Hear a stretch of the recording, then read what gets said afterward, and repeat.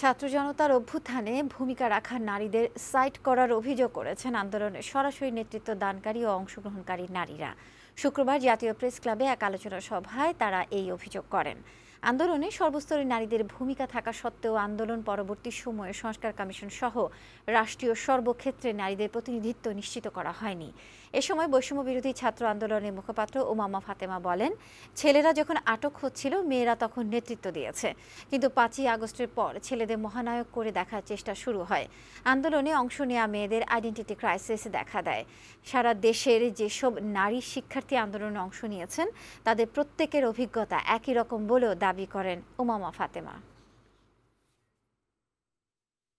আন্দোলনের 3 মাস 3.5 মাস পরে এসে মোটামুটি খুবই সবার কাছে পরিষ্কার যে এখানে নারীদেরকে একদমই সাইড করে ফেলা, নারীদেরকে একদমই কর্নার করে ফেলার একটা চেষ্টা, মানে সফল চেষ্টা আসলে এখানে হয়েছে।